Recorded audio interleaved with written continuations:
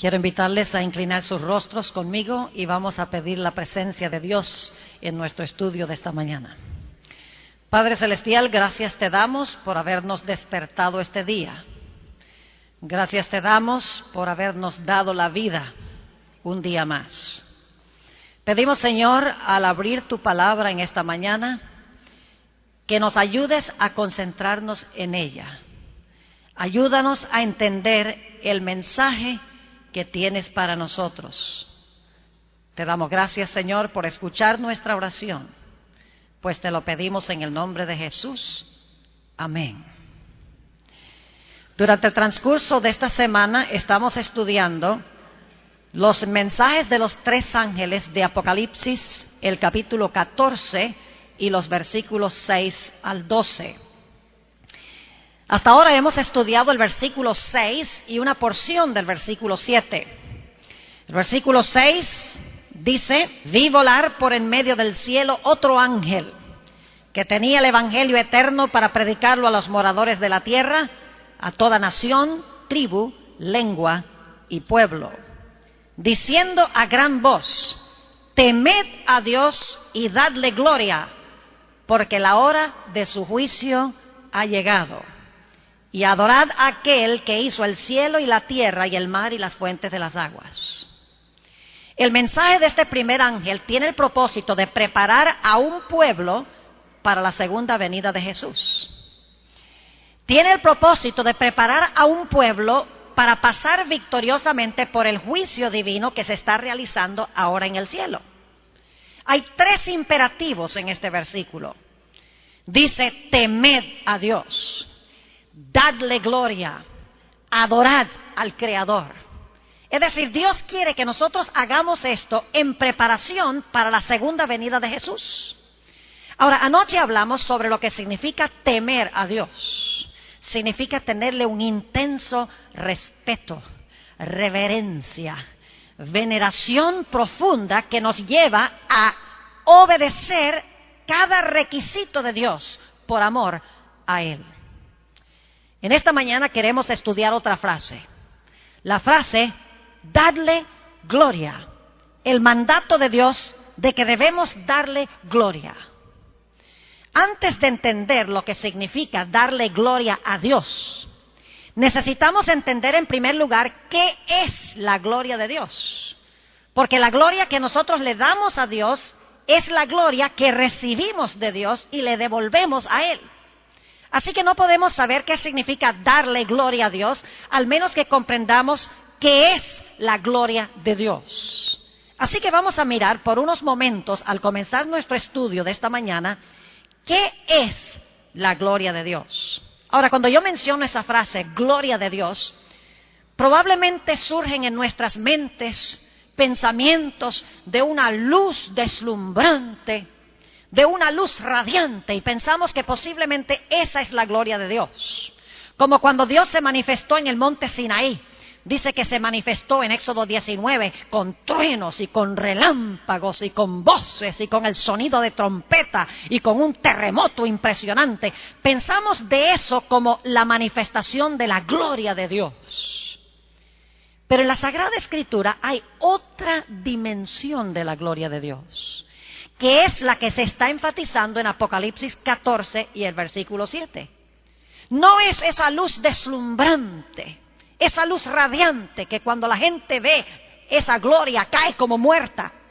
Es otro tipo de gloria, y la Biblia presenta esto en todas sus dimensiones. Quisiera invitarles a ir conmigo a Éxodo, el capítulo 33 y el versículo 18. Éxodo, el capítulo 33 y el versículo 18. Aquí Moisés se encuentra en la cumbre del monte Sinaí en comunión con Dios. Y Moisés le hace una petición muy peculiar a Dios mientras está allá en comunión con Él. Noten lo que dice Éxodo 33, 18. Él entonces le dijo: te ruego que me muestres tu gloria. Moisés le dice a Dios: Señor, muéstrame tu gloria. ¿Qué le mostró Dios? ¿Una luz deslumbrante? ¿Su brillo resplandeciente? La respuesta de Dios es extraña. Cuando Moisés le pide que le muestre su gloria, noten la respuesta de Dios en el versículo 19. Y le respondió, Dios está hablando aquí, yo haré pasar todo mi bien delante de tu rostro y proclamaré el nombre de Jehová delante de ti. Qué interesante lo que le muestra Dios a Moisés.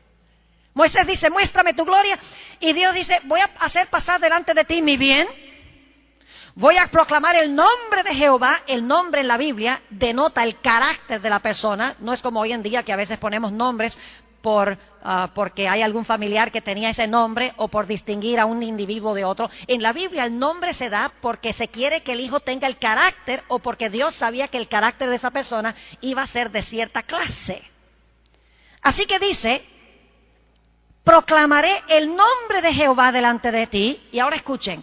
Y tendré misericordia del que tendré misericordia, y seré clemente para con el que seré clemente.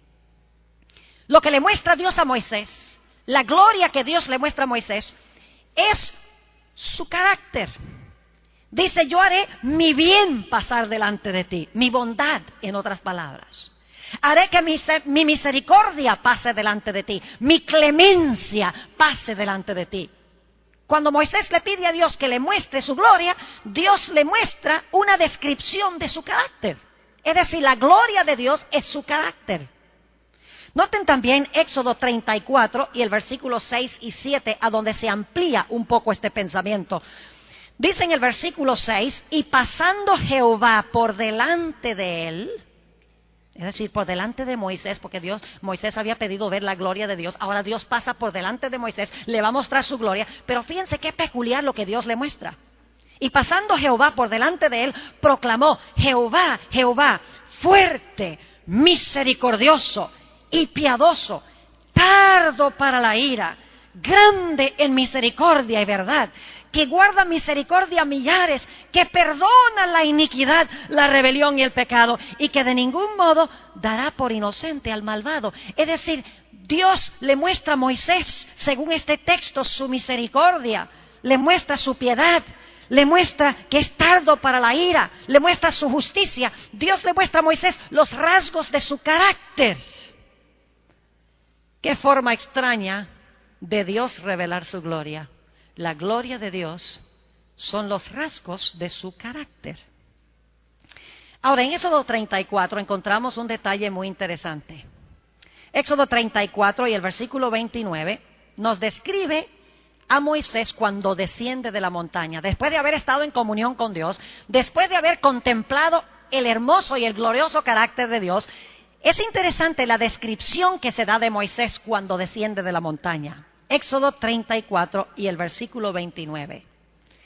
Y aconteció que descendiendo Moisés del monte Sinaí con las 2 tablas del testimonio en su mano, al descender del monte no sabía Moisés que la piel de su rostro resplandecía, después que hubo hablado con Dios. Muy importante esa última frase. Dice que cuando Moisés descendió de la montaña, le resplandecía el rostro después de haber hablado con Dios. Es decir, la gloria de Dios se le pegó a Moisés. Moisés se contagió, podríamos decir, con la gloria de Dios cuando descendió de la montaña. Y ahora Moisés está reflejando en su rostro la gloria de Dios. ¿Saben ustedes que la Biblia nos dice en Números, el capítulo 12, y quiero leer ese texto, Números el capítulo 12, y el versículo 3 nos dice algo muy interesante en cuanto a Moisés. Dice allí, y aquel varón Moisés era muy manso, más que todos los hombres que había sobre la tierra. ¿Qué clase de carácter tenía Moisés? Dice que tenía un carácter manso más que cualquiera de los hombres que había en ese tiempo en la tierra. Y sin embargo la Biblia indica de que hubo un tiempo en que Moisés no era muy manso. Moisés era medio bravo. Note lo que dice en el libro de Éxodo. Éxodo el capítulo 2 Y los versículos 11 al 14, Éxodo el capítulo 2 y el versículo 11 al 14, saben que Moisés tenía un genio muy fuerte. Podía enojarse fácilmente, aún hasta el punto de matar a alguien. Eso fue mucho antes de que ocurriera lo que hemos estado estudiando esta mañana.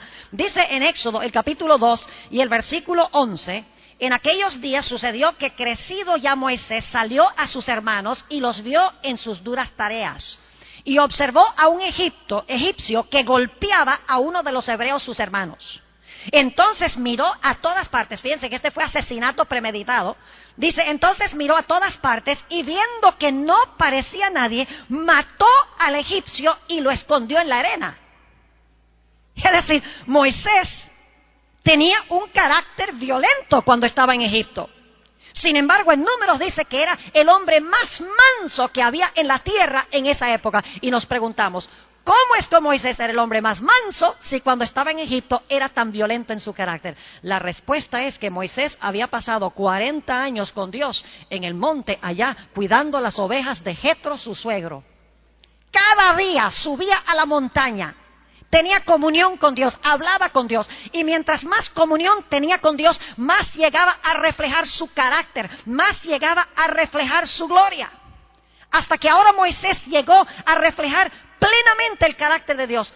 Y si ustedes no creen que Moisés en verdad había aprendido a ser manso y humilde y que reflejaba el carácter de Dios, saben que en los relatos que tenemos del peregrinaje de Israel entre Egipto y Canaán, que duró 40 años, la Biblia nos dice, mejor dicho, la Biblia no nos dice que Moisés se haya enojado ni una sola vez.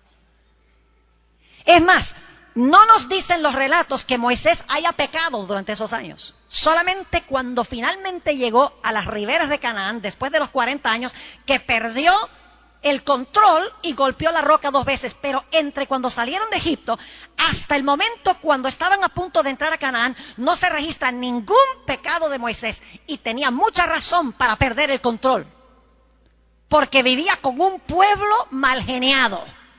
Un pueblo que no le gustaba la comida y murmuraba, no tenía agua y murmuraba, se cansaba de sus dirigentes y murmuraba, había demasiado calor y murmuraban. Y cada vez que el pueblo probaba la paciencia de Moisés, Moisés decía, está bien, permítame ir a consultar con el Señor para ver qué vamos a hacer. Moisés reflejaba la gloria de Dios, misericordioso, bondadoso, tardo para la ira, grande en benignidad y bondad, aún hasta el punto de decirle a Dios, Señor, si tú no puedes perdonar a este pueblo, borra mi nombre de tu libro. Así era el carácter de Moisés. Esa era la gloria que se veía en el rostro de Moisés. Moisés había estado en el monte con Jesús y ahora la gloria de Jesús la reflejaba Moisés en su vida. Pero ¿saben algo? Moisés es un símbolo de Jesús. No debemos mirar a Moisés. Moisés es un tipo, es una ilustración, es un símbolo para que podamos entender la gloria en el rostro de Jesús. Vayan conmigo al Evangelio según San Juan, el capítulo 1 y el versículo 14. San Juan, el capítulo 1 y el versículo 14. Es un texto muy bien conocido que está hablando de la encarnación del Señor Jesucristo. Y dice allí en Juan 1 y el versículo 14, y aquel verbo fue hecho carne y habitó entre nosotros. Y vimos su gloria. Gloria como del unigénito del Padre, lleno de gracia y de verdad. Gracia, verdad, 2 características del carácter de Dios. Dice que vimos la gloria de Jesús, la gloria de su Padre, según dice esto, porque dice que es el unigénito del Padre. Vimos su gloria. La gloria de Jesús no era una luz deslumbrante, la gloria de Jesús era la gloria del carácter de su Padre reflejado en Él. Vamos a notar eso en 2 de Corintios, el capítulo 4, 2 de Corintios, el capítulo 4 y el versículo 6. Fíjense qué lindo este texto de 2 de Corintios 4, 6. Dice aquí, porque Dios, hablando del Padre, que mandó que de las tinieblas resplandeciese la luz, es el que resplandeció en nuestros corazones para iluminación del conocimiento de la gloria de Dios en la faz de Jesucristo. ¿Qué es lo que estaba en la faz de Jesucristo? En la faz de Jesucristo estaba la gloria de Dios. Lo que pasó con Moisés en figura, en ilustración, en tipo, se cumplió en efecto en un ámbito mayor en nuestro Señor Jesucristo. Ahora, lo único que tenemos que hacer para ver cuál es esa gloria en el rostro de Jesús es examinar los relatos de los evangelios. Noten lo que dice Juan el capítulo 2 y el versículo 11. ¿Qué es la gloria que reveló Jesús? La gloria del Padre que reveló Jesús mientras estuvo en esta tierra. Noten lo que dice San Juan, el capítulo 2 y el versículo 11. Está hablando del primer milagro de Jesús en las bodas de Caná. Fíjense que no había vino. Y ahora el Señor Jesucristo usa el poder de su Padre para transformar agua en vino. Jesús se preocupó por satisfacer aún las necesidades cotidianas de la gente. Pero quiero que noten cómo se describe ese milagro de Jesús. En Juan 2 y el versículo 11 dice: este principio de señales hizo Jesús en Caná de Galilea. ¿Y manifestó su qué? Y manifestó su gloria. Y sus discípulos creyeron en él. Los milagros de Jesús, las señales de Jesús, según dice este texto, eran su gloria. ¿Y qué hacía Jesús en sus milagros? Revelar el amor de Dios, revelar la misericordia de Dios, revelar la paciencia de Dios, revelar la longanimidad de Dios, el hecho de que Dios se preocupa por la raza humana. Los milagros de Jesús los hacía en beneficio de los seres humanos. Y esa era la gloria del Padre reflejada en el rostro de Jesús. Noten lo que dice Juan, el capítulo 11. Hablando de la resurrección de Lázaro, el deseado de todas las gentes, dice que este fue el más grande milagro de Jesús. San Juan, el capítulo 11 y el versículo 4. Dice: oyéndolo Jesús dijo: esta enfermedad no es para muerte. Es decir, la enfermedad de Lázaro no es para muerte, sino para la gloria de Dios, para que el Hijo de Dios sea glorificado por ella. Es decir, la resurrección de Lázaro reveló la gloria de Dios. La gloria de Dios el Padre en Jesús. Y noten lo que dice el capítulo 11. Y al final del capítulo, cuando Jesús va a hablar con María y con Marta, le dice a Marta: ¿tú acaso no sabes que yo vine aquí a revelar la gloria de Dios? Y Jesús había venido a resucitar a Lázaro. Es decir, Dios como dador de vida revela su gloria.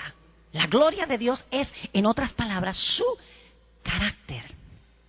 En Juan 14 encontramos un pasaje que todos conocemos bien, 14, 8 y 9. Felipe le dijo: Señor, muéstranos el Padre y nos basta. Fíjense que está haciendo la misma solicitud que hizo Moisés en el monte Sinaí. Está diciendo: muéstranos al Padre, queremos ver al Padre. ¿Y qué dijo Jesús? Versículo 9. Jesús le dijo: tanto tiempo hace que estoy con vosotros y no me has conocido, Felipe.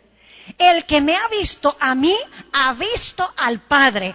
¿Cómo pues dices, muéstranos al Padre? El que vio el glorioso carácter de Jesús, el carácter sanador de Jesús, el carácter de amor de Jesús, el carácter de bondad de Jesús, el carácter de longanimidad, de paciencia de Jesús, los que vieron eso durante su ministerio estaban en verdad viendo al Padre, porque la gloria que reveló Jesús del carácter de Dios era la gloria del carácter de su Padre. Noten lo que dice Hechos, el capítulo 10 y el versículo 38. Hechos, el capítulo 10 y el versículo 38. Nos habla de lo que hizo Jesús mientras estuvo en esta tierra. Dice: como Dios ungió con el Espíritu Santo y con poder a Jesús de Nazaret. ¿Se fijaron en esto? Los milagros que hizo Jesús los hizo con el poder de su Padre. Las enseñanzas de Jesús no eran enseñanzas de Él, eran enseñanzas que le dio su Padre. Es decir, las enseñanzas de Jesús, los milagros de Jesús, las obras de Jesús eran una revelación de aquello que le había dado su Padre. Era una revelación del Padre en el rostro de Jesús. Y sigue diciendo que con el Espíritu Santo y con el poder, anduvo haciendo bienes y sanando a todos los oprimidos por el diablo. ¿Y por qué razón? porque Dios estaba con él. Es decir, así como Moisés reflejó la gloria de Dios en el monte, ahora Jesús viene y refleja la gloria de Dios para con sus semejantes. La gloria de Dios, en otras palabras, es el brillo del carácter de Dios que brilla sobre Jesús y a través de Jesús brilla a otros. Pero el texto de Apocalipsis 14 nos dice que nosotros debemos darle gloria a Dios. No está hablando directamente de que Dios nos da su gloria, está diciendo que nosotros debemos darle gloria a Dios. Porque hemos dedicado tanto tiempo esta mañana a hablar de lo que es la gloria de Dios. Mis queridos hermanos y amigos jóvenes, la razón por la cual he hablado tanto de lo que es la gloria de Dios es porque la gloria que viene de Dios es la misma gloria que le devolvemos a Dios. Vayan conmigo a San Juan, el capítulo 8, para entender un poquito mejor esto. San Juan 8 y el versículo 12. Juan, el capítulo 8 y el versículo 12. Otra vez Jesús les habló diciendo: yo soy la luz del mundo. El que me sigue no andará en tinieblas, sino que tendrá la luz de la vida. Jesús dice: yo soy la luz del mundo. Pero ahora quiero que vayamos a Mateo y notemos algo muy interesante. Mateo, el capítulo 5, dice algo un poco distinto que lo que leímos en Juan 8. Mateo, el capítulo 5 y el versículo 14. Aquí Jesús le está hablando a la multitud que lo está escuchando. Y dice Jesús: vosotros sois la luz del mundo. Ahora tenemos un problema. ¿Quién es la luz del mundo? ¿Jesús o nosotros? En Juan 8:12 dice que Jesús es la luz del mundo, que brilla sobre el mundo. En Mateo dice que nosotros debemos ser la luz del mundo. Entonces, ¿quién es la luz del mundo? ¿Jesús o nosotros? Creo que la mejor explicación la adquirimos nosotros viendo la relación que existe entre el sol y la luna. Salen de día y ven ese sol radiante como el de esta mañana. Ah, qué rico ese sol, ¿verdad? Pero cuando salimos en la noche, no vemos el sol, sino que vemos, si la noche está clara, vemos esa luna llena, romántica. Y decimos: ve, qué linda está la luna esta noche. Y eso es solo parcialmente cierto. ¿De dónde viene la luz de la luna? La luz de la luna no es propia. La luz de la luna viene ¿de dónde? Del sol. Entonces lo que hay que decir en la noche es: ay, qué lindo está el sol esta noche. Porque la luz de la luna es la luz del sol. La luna glorifica al sol, recibe la luz del sol, y luego entonces la gente, sabiendo que la luz de la luna viene del sol, entonces la luna glorifica al sol, porque recibe su luz de ella, y luego la luna proyecta la luz que recibe al planeta Tierra. Jesús es el sol y nosotros somos lunas. Jesús es luz original. Jesús brilla en su carácter sobre nosotros. Y luego nosotros, al recibir su luz, proyectamos esa luz a nuestros semejantes, proyectamos su carácter a nuestros semejantes. Y cuando los semejantes ven esa luz que nosotros estamos proyectando, no dicen: ay, ve qué bueno es el pastor Bohr, qué bueno es el doctor Schultz, qué bueno es este, qué bueno es aquel. No dicen eso. Dicen: ve, qué gran Dios sirve el pastor Bohr. Porque en realidad la luz que la luna recibe, la luz proyecta a la tierra, y en la tierra se sabe que la luz original vino del sol. La gloria no es para la luna, la gloria es para el sol.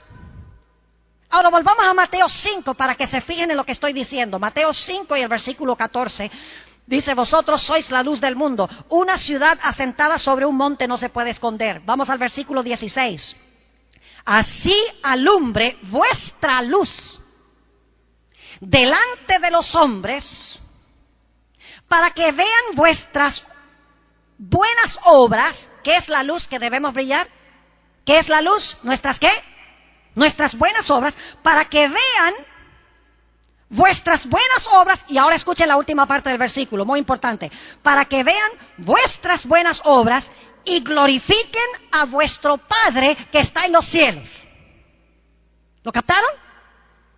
Cuando nosotros revelamos el carácter de Dios, la gloria de Dios, y la gente ve ese carácter en nosotros, inmediatamente lo que la gente va a hacer es glorificar a Dios. Y por esa razón, cada vez que Jesús hacía un milagro, la gente no decía, ay, qué bueno es este hombre, mire, nos hizo el milagro. Dice la Biblia que cuando Jesús hacía los milagros, la gente glorificaba a Dios, porque veían la gloria de Dios reflejada en Jesús. Es decir, que lo que nos está enseñando la Sagrada Escritura es que la gloria que nosotros debemos darle a Dios es en realidad reflejar la gloriosa luz de su carácter al mundo que Él nos ha dado en nuestra vida. Le devolvemos a Él la gloria que Él nos ha dado haciendo buenas obras, y así la gente cuando ve las buenas obras dice, el pastor Borsi sirve un gran Dios. ¿Están entendiendo lo que estoy diciendo? Es decir, darle gloria a Dios significa reflejar su carácter de bondad, misericordia, amor, justicia, longanimidad, paciencia. Rasgos de carácter que vienen de Él. ¿Saben ustedes por qué el Señor Jesús era capaz de revelar esos rasgos de carácter? Porque al igual que Moisés, pasaba largos ratos en comunión con su Padre. En San Marcos, el capítulo 1 y el versículo 35, encontramos una descripción de los hábitos devocionales del Señor Jesús. Hacía lo mismo que Moisés, pasaba horas y horas en comunión con su Padre, y cuando pasaba horas con su Padre, llegaba a ser como Él. Dice en San Marcos el capítulo 1 y el versículo 35, levantándose muy de mañana, siendo aún muy oscuro, salió y se fue a un lugar desierto y allí oraba. Pasaba comunión con el Padre. ¿Y saben algo? Que cuando Moisés pasó tiempo con Dios, la gloria de Dios se le pegó. Cuando Jesús pasó tiempo con su Padre, la gloria de su Padre se le pegó y la reveló. Por eso en Juan 17, cuando Jesús al final de su ministerio está orando a su Padre, le dice, Padre, he cumplido la obra que me diste. He revelado tu gloria, dice Jesús. Es decir, te he glorificado, revelando la gloria que tú me diste, revelando tu carácter al mundo. Esto significa, mis apreciados jóvenes y hermanos, que al final de la historia Dios va a tener un pueblo que revela el carácter de Dios como nunca antes en la historia en sus vidas.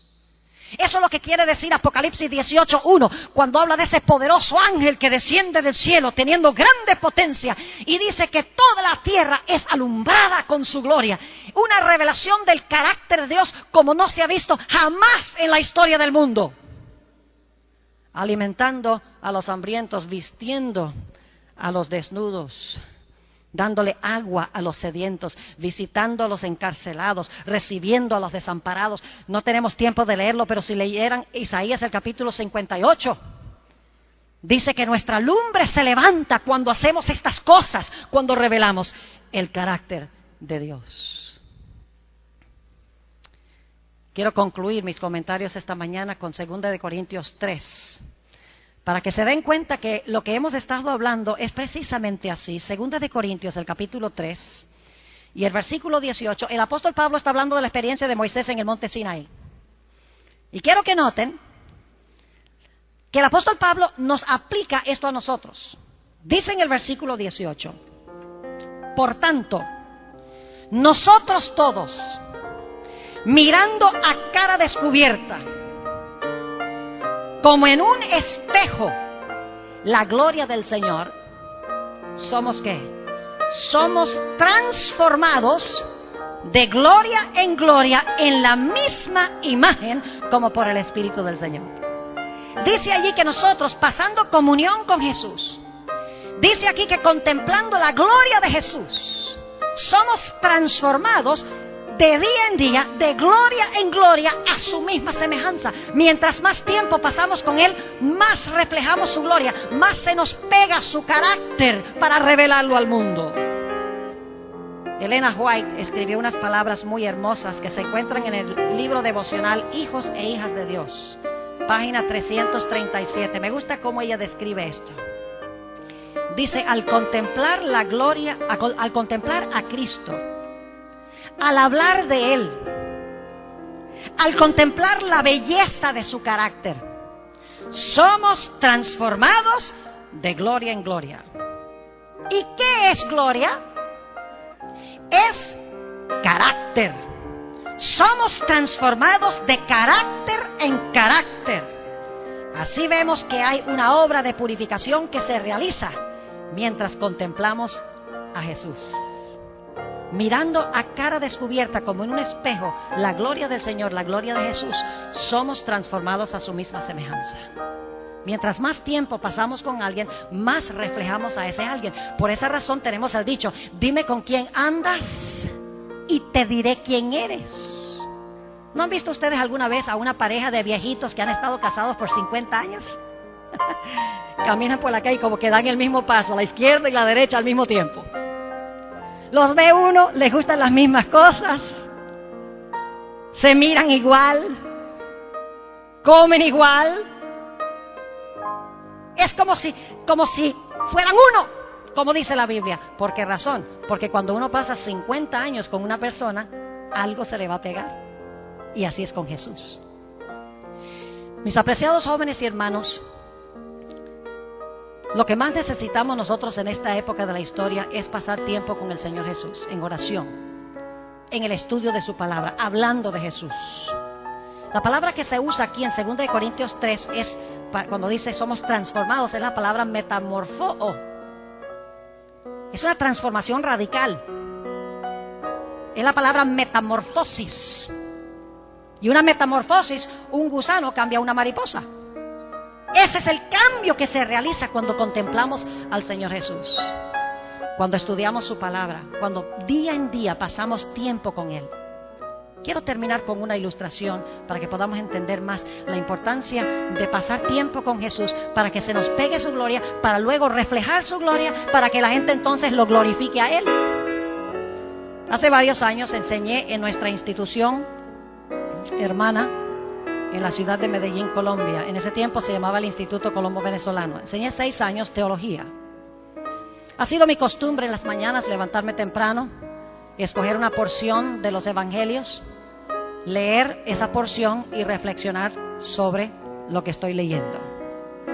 Me ha ayudado en mi vida personal con el Señor Jesús, empezar con Jesús. Es más, Elena White dice que debemos pasar 1 hora al día contemplando la vida de Jesús, especialmente las escenas finales. Y dice que si lo hacemos, nuestra vida será completa y radicalmente diferente. La razón por la cual no tenemos victoria en nuestra vida cristiana es porque estamos viendo mucha televisión y estamos escuchando mucha música mundana. Estamos dedicando tiempo a aquello que no edifica. Reflejamos el carácter de lo que nosotros vemos y oímos. Es una ley psicológica de la vida. Esa mañana había estado yo reflexionando, cierta mañana, sobre el texto que dice: Padre, perdónalos, porque no saben lo que hacen. Y no solamente leí el texto, me puse a recrear la escena en mi mente. Traté de ubicarme y colocarme en el ambiente de la época, porque así debemos reflexionar sobre la Biblia, sobre la vida de Jesús. Fui a una clase, y en la clase había 2 alumnos que estaban en la parte de atrás, y durante toda la clase estaban hablando y estaban riéndose. Cuando se reían y hablaban, yo los miraba, dejaban de hablar y de reírse, pero apenas miraba para otro sitio, reanudaban otra vez su conversación, casi en son de burla de lo que estaba sucediendo en la clase. Mientras ellos estaban en esta condición, haciendo esto, yo quiero decirles que la sangre me empezó a subir a la cabeza. Me empecé a irar. ¿Quiénes son estos alumnos para portarse de esta manera en clase? Y mientras más mal se portaban, más subía la sangre, hasta que estaba a punto de estallar e insultarlos públicamente en presencia de todos sus compañeros. Y cuando estaban las palabras por salir de mi boca, escuché como si alguien estuviera hablando conmigo: Padre, perdónalos, porque no saben lo que hacen. ¿De dónde salió ese pensamiento en ese momento? Yo creo que el Espíritu Santo me trajo a la memoria lo que yo había estudiado, aquello sobre lo cual había reflexionado esa mañana. Quiero decirles que cuando me vino a la mente eso, la sangre nuevamente descendió a donde debía estar. Me calmé, no dije nada, Al final de la clase, muy pacífica y serenamente, hablé con los 2 alumnos y se resolvió el problema. Así es que llegamos a reflejar el carácter de Jesús, pasando tiempo con Él en oración, en estudio de su palabra y en testificación a los demás. Yo quiero preguntar en esta mañana, ¿cuántos de los presentes quieren decirle al Señor Jesús: Señor, yo quiero que tú grabes tu carácter hermoso, tu carácter bello en mí? Yo quiero pasar ese tiempo contigo para que cuando la gente vea el reflejo de tu carácter en mi vida, puedan decir: yo quiero servir a ese Dios que sirve este hermano, que sirve esta hermana. ¿Desea usted en esta mañana que Dios escriba su carácter? Levante la mano si ese es el deseo de tu corazón en esta mañana. Gloria a Dios. Oremos. Padre Celestial, sabemos, según el libro de Apocalipsis, que tu pueblo al final de la historia, toda una generación de tu pueblo, va a revelar tu carácter en toda su gloria. Y que el mundo va a ver cuán maravilloso eres tú. Pero Señor, antes que tu pueblo pueda glorificarte de esa forma, necesitamos nosotros recibir ese carácter. Necesitamos pasar tiempo con Jesús. Necesitamos meternos dentro de tu palabra. Necesitamos orar. Necesitamos hablar a otros de lo que Jesús ha hecho en nuestra vida. Y de esta manera experimentar un cambio en nuestro ser. Tú has visto, Señor, las manos levantadas en esta mañana. Te ruego, Señor, que tú suplas cada anhelo de cada corazón sincero. Oh, Señor, te pido que nos des tu carácter hermoso y glorioso. Ayúdanos a terminar tu obra en este mundo, pues el Evangelio se terminará no solo predicándolo, sino por testimonio a todas las naciones. Bendice, Señor, a esta juventud de esta institución. Bendice al personal docente. Bendice a los hermanos y hermanas de la comunidad. Oh, Señor, trae un reavivamiento y una reforma como no se ha visto nunca en esta institución. Te damos gracias, Señor, por escuchar nuestra oración. Quiero invitarles a inclinar sus rostros conmigo y vamos a pedir la presencia de Dios en nuestro estudio de esta mañana. Padre Celestial, gracias te damos por habernos despertado este día. Gracias te damos por habernos dado la vida un día más. Pedimos, Señor, al abrir tu palabra en esta mañana, que nos ayudes a concentrarnos en ella. Ayúdanos a entender el mensaje que tienes para nosotros. Te damos gracias, Señor, por escuchar nuestra oración. Pues te lo pedimos en el nombre de Jesús. Amén. Durante el transcurso de esta semana estamos estudiando los mensajes de los 3 ángeles de Apocalipsis, el capítulo 14 y los versículos 6 al 12. Hasta ahora hemos estudiado el versículo 6 y una porción del versículo 7. El versículo 6 dice: vi volar por en medio del cielo otro ángel que tenía el evangelio eterno para predicarlo a los moradores de la tierra, a toda nación, tribu, lengua y pueblo, diciendo a gran voz: temed a Dios y dadle gloria, porque la hora de su juicio ha llegado. Y adorad a aquel que hizo el cielo y la tierra y el mar y las fuentes de las aguas. El mensaje de este primer ángel tiene el propósito de preparar a un pueblo para la segunda venida de Jesús. Tiene el propósito de preparar a un pueblo para pasar victoriosamente por el juicio divino que se está realizando ahora en el cielo. Hay 3 imperativos en este versículo. Dice: temed a Dios, dadle gloria, adorad al Creador. Es decir, Dios quiere que nosotros hagamos esto en preparación para la segunda venida de Jesús. Ahora, anoche hablamos sobre lo que significa temer a Dios. Significa tenerle un intenso respeto, reverencia, veneración profunda que nos lleva a obedecer cada requisito de Dios por amor a Él. En esta mañana queremos estudiar otra frase. La frase: darle gloria. El mandato de Dios de que debemos darle gloria. Antes de entender lo que significa darle gloria a Dios, necesitamos entender en primer lugar qué es la gloria de Dios. Porque la gloria que nosotros le damos a Dios es la gloria que recibimos de Dios y le devolvemos a Él. Así que no podemos saber qué significa darle gloria a Dios, al menos que comprendamos qué es la gloria de Dios.